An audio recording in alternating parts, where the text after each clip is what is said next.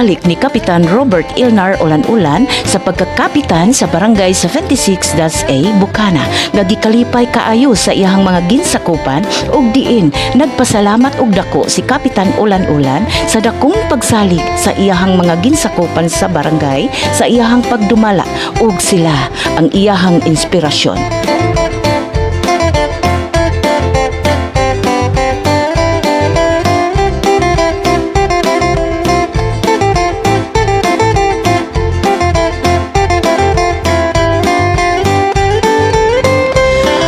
Anay nga serbisyo nga gikan sa kasing-kasing, respeto, kakugi ug kasaligan diha-diha nga aksyon sa mga panginahanglan sa mga katawhan ug labaw sa tanan may kahadlok sa Dios. Mao kini ang among gitamod diri sa Barangay 76-A, Bukana. Ang simpleng dabawinyo, Kapitan Robert Ilnar Ulan-Ulan, kalmado ug maluluyon nga pagkatawo. Ang iyahang pagkamaibsanon dili ti mailhan sa kapildihan, pero mipakita lamang nga siya usa ka maayong tawo.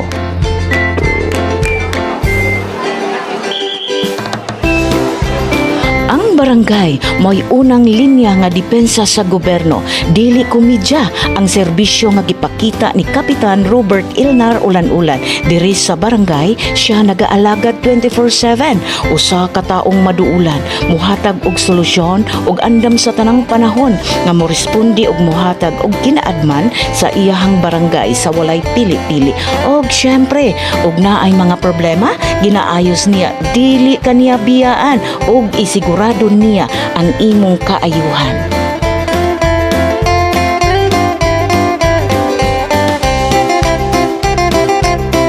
Gitakdang mangulo ug magdumala sa mga kalihukan alang sa kalambuan sa Barangay 76-A, Bukana. Usa ka pinakadakong barangay. Kauban kaniya ang iyahang mga kagawad ug uban pang mga opisyales sa barangay.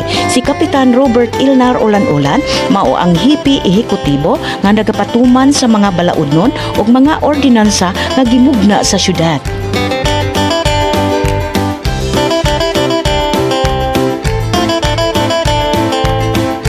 Ginapaniguro pod ni Kapitan Robert Ilnar Ulan-Ulan nga walay malupig nga ang imong katungod dipinsahan sa walay pagdapig-dapig maadunahan ka man o makabos ug ang iyang gipasalig nga ang panglupig dili gayud makapasar sa iyaha labi na ang pagpanghimulos ngadto sa uban. Karong adlaw, Agosto 9, tuig 2024, nagpahigayon ang Kumilik Satellite Office og registration dinhi sa 76-A, Bukana. Nidagsa ang mga residente, gibana-bana nga kapin sa 600 ka mga residente ang nagparehistro ug naglaom sila nga makabotar na sa sunod eleksyon. Matud pa sa Kumilik, ang sunod nga registration ipahigayon karong Agosto 30 sa may Kabakan area aron ang mga residente nga wala pa marehistro makapas pa.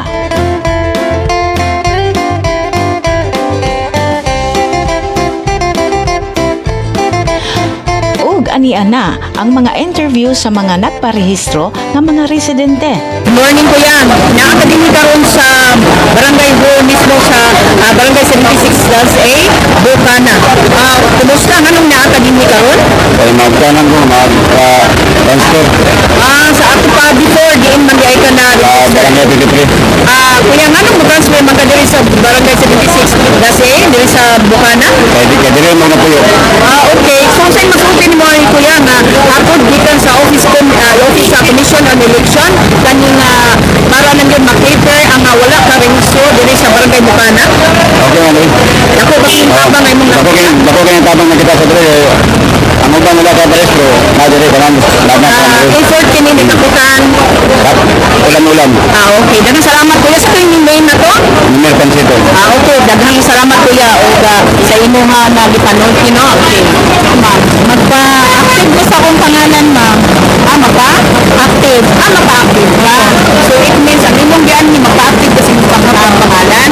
So sa imong magsulti diri nga ang office sa Kumilik sa effort ni Kapitan Ulan-Ulan, idalag yun diri sa nakaran yun sa Bukana Hall. Okay kayo ma'am, pwede namin mo atong layo. Okay. So sa magsulti ani kay Kapitan Ulan-Ulan. Ay, salamat kayo ka. Okay, dagang salamat sa tinay mo ma'am. Melissa. Melissa. Dagang salamat ma'am Melissa sa inyong mga kaayo sa pagwatubag sa atong mga kwartana. magparehistro ko. Magparehistro. Ilan na edad na ko? 19 years old. 19 years old. Before 18 years old ka, di maka na-rehistro. Wala pa ka na-rehistro? Wala pa ka na-rehistro? Karon kung sa imong nakapaag na gusto ka magparehistro. Okay, sa akong pamilya na ako na wala na-rehistro. Okay. So sa imong masultian nga effort ni Kapitan Ulan-Ulan, magidala jud ang Commission on Election dire jud sa iyang nakaran para matabangan kung wala maparehistro. Sa imong masultian ni Kapitan Ulan-Ulan. Thankful po tayo ma'am kay di na makagmatuglayo, di na kamasay. Ora po dito sa Mamalay. Sa inyo nagdaan na lang to? Jazwell po. Okay, daghang salamat, beautiful. Okay.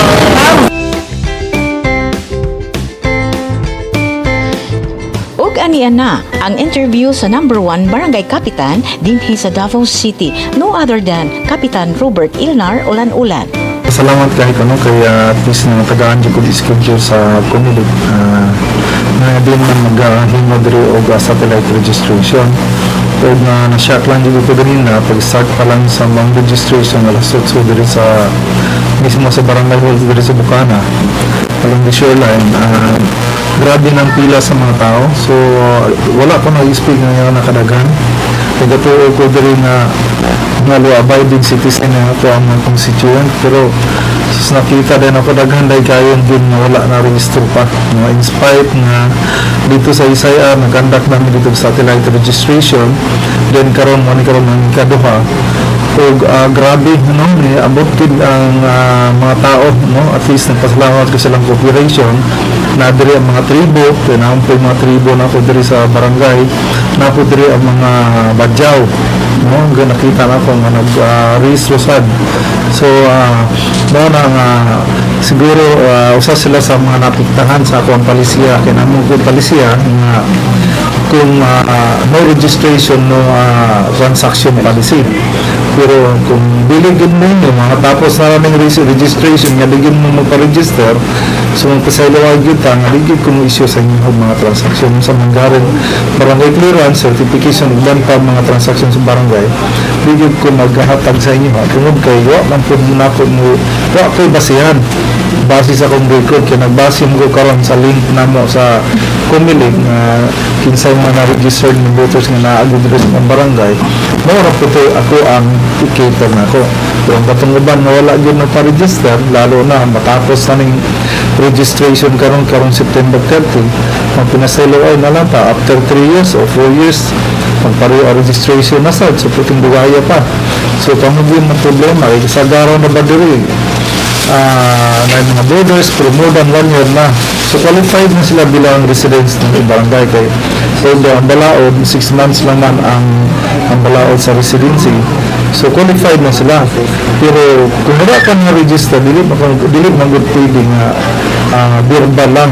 So ang tinuod yun nga legal nga ang basihan na rehistrado ka o residente ka diri, kanang rehistrado ka sa barangay.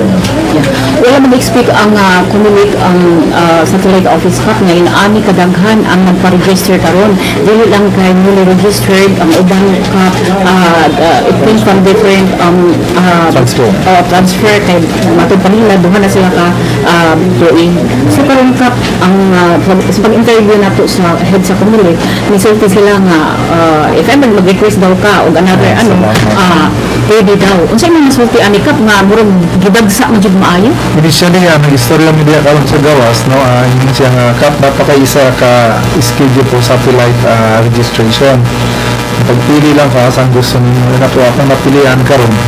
Iyan to na ipaduol man dito na ako dito banda sa may kabakan to time space, no. Base dito ni karon sa either sa covered court sa Yakal or dito sa equivalent phase 4, no? Ang covered court itong interview. So amo lang na pero nagsulat lang ko sa Comelec karon nga maghimang ngayo kung another nga satellite registration para dito na sa mga tao sa kabakan to time space. Okay. Okay mo masulti ka one of your constituents na in-interview na mo ganina nga nang magparehistro ka tungod daw kay si Kapitan Robert Ilnar Ulan-Ulan daghan kay mga benefits na ihatag sa katawhan. So naniburo lang daw siya. How true is that, Kap? dili man siya siguro sa nana, siguro na nakita lang sa gid nila, siguro nila nga naay grasyang maabot. So, pero so far wala pa, lalo na sa problema na to karon sa kining political war sa Pilipinas, apektado kaya ang city. No, tungkol sa conflict karon sa dating presidente o ang karong presidente, Vice President si Mayor Inday sa Vice President Inday Sara, administration karon. Apektado ang barangay kay namang yun ng base ang ato ang si Vice President. So, wala yung mga budget, no? Wala yung nakuha ang budget ang DPWH para improvement sa barangay. Nakuha ang budget atong congressman. Wala ni tupad sa Dulu. Wala ni Ike sa DSWD. So, I hope na unta, wala akap, I hope unta nga dili min mapintahan ang barangay. Kaya kami sa non-partisan man ni. Ayaw lang yung kapila sa kagubot ninyo diha, no? Nag-aisab ni. Kay kami ang naglingkod karon og kuan kayo kanang visitant kay ba nga murag ang kanto mo ng former nga mga pensionaries, former barangay captain nga mga pindi, mao gi-recognize sa atong mga tupad, atong Ikes karon. So ayaw lang sa ginagawa ang nilabot ana. So naaraman ni man ang dismissed unit of the government ng barangay non-partisan, klaro magino sa balaod, non-partisan ni. So alam may apilaan ng war karon sa politics dito sa Pilipinas. Inayin niya po ni sa events karong buntaga. Matod pa sa usa ka kuan nagaparehistro karon, siguro nagkadaghan ang registered voter diri karon sa Barangay 76-A sa imuhang ang paningkamot effort nakita daw nila. Unsa imong masulti ani Kap? Actually, pinunod yun na, no? Kaya nag-reduce yun. So, itong election sa 2023, that was October, na-shock na lang po ko, kaya nangyari ko yung list of registered voters sa Kumilig. From previous 2013 election, 2010-2013, 70,000 registered voters sa barangay. Pagpangayon na po atong 2023 October election, himo na lang 44,000. So dako kay na-reduce. Mao ni ang ilahang mao karon ang naitabo. Tinudo atong pandemic. Nang pandemic nagpalabas og statement ang presidente si Digong na tanang kwarta sa barangay ihatag sa mga tao. Kaya laing proyekto nga himuon sa barangay kung dili i-purchase og food para i-sustain kay lockdown. So klaro to nationwide. Ang hitabo okay. Ang ubang barangay na hatag pragaan tong mga constituent nila. Like for example, nga akong adjacent barangay na ako, barangay 40, 39, 37, 31, barangay 22. 5 ka barangay dito sa Bolivard ang adjacent barangay na ako. Nag-implement tayo sila hinatag. Then, ang kini ang barangay 76 wala may gihatag, na-convince ang mga constituent. Na-convince ang constituent kay with matching tagaan nila, with matching convince na taristo na mo, dire kay gipabayaan na mas yung barangay. Namo nang nahitabo. Gani kini akong silingan nga barangay dia, purok 6. 15 registered voters na lang ang hibilin. Transfer na sa barangay 39 kang Bariga. No? Ang barangay 40, daghan kayo ng-transfer na taga-barangay no? Barangay Ton Isla, halos dito na nga sa barangay 40. So yun na. Pero nakita nila sa pagbalik na ko, nakita nila, may mga namalig sila balik. Ikabalin man sila nga, di mapadalo. Para mag-ginawa sila. So, mama ang mahitabo good.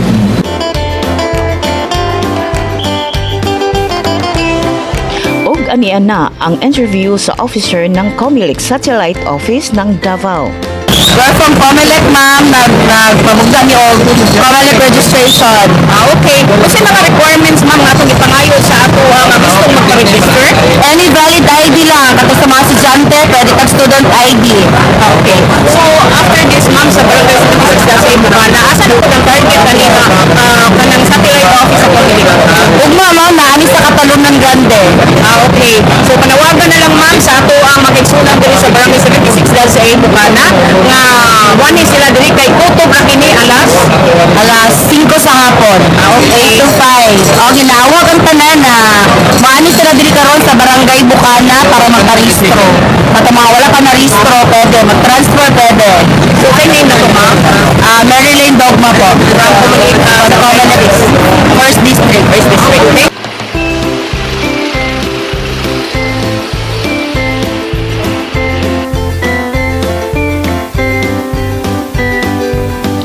Ang maanyag ug intelihente nga anak ni Kapitan Robert Ilnar Ulan-Ulan nga si Kagawad Ria Robert Ulan-Ulan nga napiling kagawad sa Barangay 76-A Bukana. Dako og tabang sa iyang amahan. Suportado ang mga programa nga iyahang gipasiugdahan. Gitutukan ang mga programa og katungod sa mga kababainhan. Ang bawsi, pakigbatok sa droga, pag-atiman sa mga kabatanunan ug uban pang proyekto nga gipasiugdahan sa iyang komitiba. Kini maoy iyang prioridad.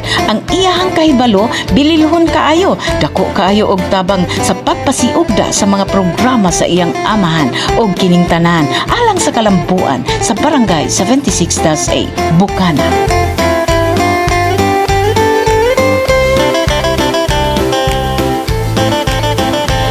Og ania na ang interview ni Kagawad Ria Robert Ulan-Ulan. So, ngayong hapon, thank you, no? Okay lang so far. Ako ang nagunit sa Committee on GAD as of now sa Gender and Development, which is nadiha ang ato ang women's, solo parents, LGBT, PWD, Vauci Desk, and also ako ang nagunit sa BCPC para sa itong children's rights, and also anti-drug abuse. And nag-co-chair po ko sa ato ang BDR na atong chairman is si punong barangay, pero ako ang nag-monitor sa atong mga tao sa BDR sa pagresponde sa ato ang mga constituents na nangailangan tabang, no, inside sa ato ang barangay. Yes. Karong adlaw nagpatigayon ang Comelec Satellite Office o registration, no, nadto di patigayon sa Bukana. So far this morning until now, pero tindaghanan din na dagsa. Unsa man kasulti ani daghan man kayo nga ato ang siyempre ang ato ang wala na reason, no. So yes, napansin gid nako kay dito ko gigan kaganina daghan gid kay wala pa na rehistro. So ang napansin nako no nganong ingon ana na daghan gihapon kaayo wala na rehistro, it's because ang uban naging inactive sa sulod sa pipila ka tuig kay siguro na sila yung mga butang na wala gikaangayan, manang wala sila naging active, wala ni boto, manang na ang uban nagparehistro og balik karon. And also ang atong barangay magud kabulong man gito tanan is atong barangay is the biggest barangay. So gina-welcome nato kung kinsa may gusto mo pasok, daghan tag renters, daghan tag bagong nagpuyo sa atong barangay, nanganak na pud ang atong mga lumad, ang mga apo-apo, ingon ana, so mao nang daghan kaayo. And medyo sa pagkabalo na po, murag dili man good always ang Comelec registration. Oh, yes. Di ba? So dili gid nato siya ingon nang hangyo ang kadaghanan ba na magpa-register, it's because na magpitrabaho pud gid ang uban. Yes. So pasalamat ta sa Comelec karon na gihatag higayon ng atong barangay no na nag-satellite registration sila dito sa Bukana.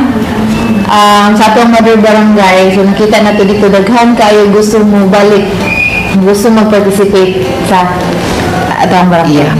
Kap naman base sa sunod do.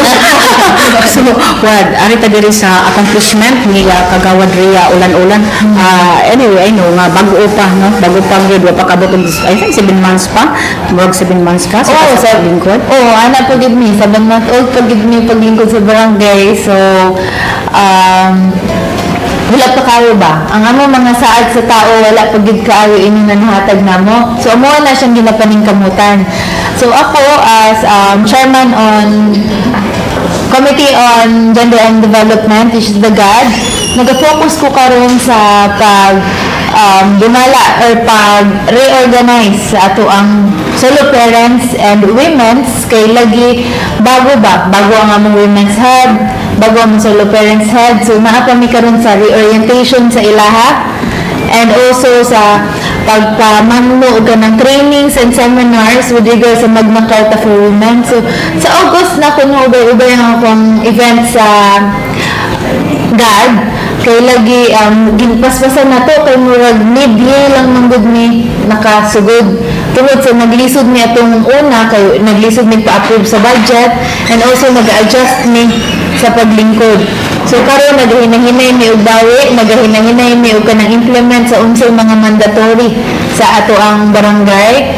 Amo na karon nag-focus gyud ko sa GAD and also sa BCPC. Nagaya po upcoming na Children's Congress. So so far kana to lang sa gid ako ang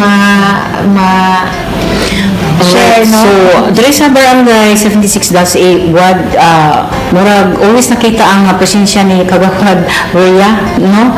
So, unsa ba joy kuan mo dream, ha? Dream ngadto sa atong mga kaigsunan sa imong mga pagserbisyo. Isip nga naapil ka diri sa politics side. So, sa pagdagan ako na wala mong gid ko'y lain tumong. Gusto lang gid na ako mong serbisyo kay siguro maingon na to ba na it-trans in our blood. Yeah. Kaya ang ako ang amahan namulat ko nang ako ang amahan nagaserbisyo sa katawhan.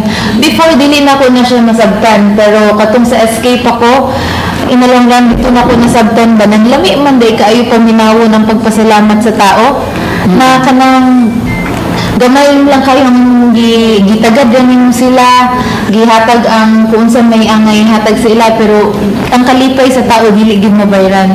So ang ako ang dream lang gid sa atong barangay as of now sa pagdagan nako kay nakita nako ba na dili lang gid kay siya serbisyo na ani siya point system. Gusto na ako magka-award ko.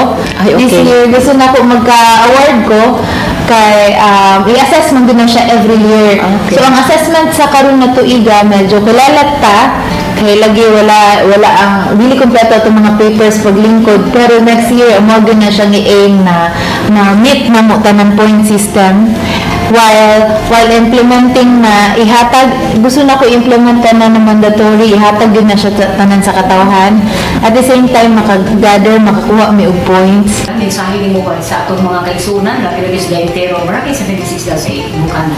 So, una sa tanan, daghan kaayong salamat sa opportunity na maserbisyuhan mo. Ako hangyo lang, tagay pa mig taas-taas pa na pasensya kaysa 7 months na mo na paglingkod or 8 months, wala gyud namo pa nahatag ang among mga saad sa inyo ha. Actually, as of now, naglisod pa gyud mi. Ilabi na nabago lang na okay ang ato ang annual budget. So, nagakapa pa mi sa kung sa'y mga dapat buhaton. Dili magudingan ang kadali na ipagawas ang tagkwarta sa barangay. Kidagan pa kayo na siya justification in papers. Pero hulata lang din mi. Ihatag din na mo na tanan sa inyo kung sa'y angay sa inyo ha. So, daghan kayo salamat sa suporta. Ginhangyo ang kadaghanan na i-follow po ang ato ang barangay page. Kaya dito ta nag-post every now and then kung unsay mga ganap sa barangay. So again, ginhangyo ang tanan na magparehistro. Kaya na may bagong balaod si Kapitan karon na free ang certifications na ihatag sa ato ang katawhan. Provided na magparehistro mo. No registration, no transaction sa barangay. Kay para ma-cater tanan constituents sa ato ang barangay. Ang padayon sa pagpaningkamot ni Kapitan Robert Ilnar Ulan-Ulan sa paglambo sa kalambuan sa iyahang barangay gibate sa mga residente ilabi na sa mga kabos busa nagpadayon ang pagsaka sa gugma ug suporta sa iyahang mga constituents bisan unsa pa man ang iyahang giatubang nga problema padayon lang gihapon siya sa pagkigbisog para mahatag ang katungod sa katawan at isa ka kapatid sa nakikinabang.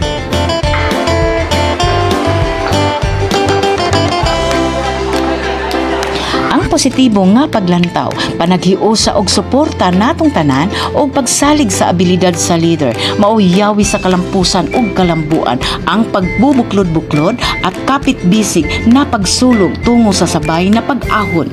Mabuhay ka, Kapitan Robert Ilnar Ulan-Ulan at mga residente ng Barangay 76-A, Bukana, at naniniwala kami, Kapitan, na ang mga pangarap mo sa iyong barangay iyong mapagtatagumpayan.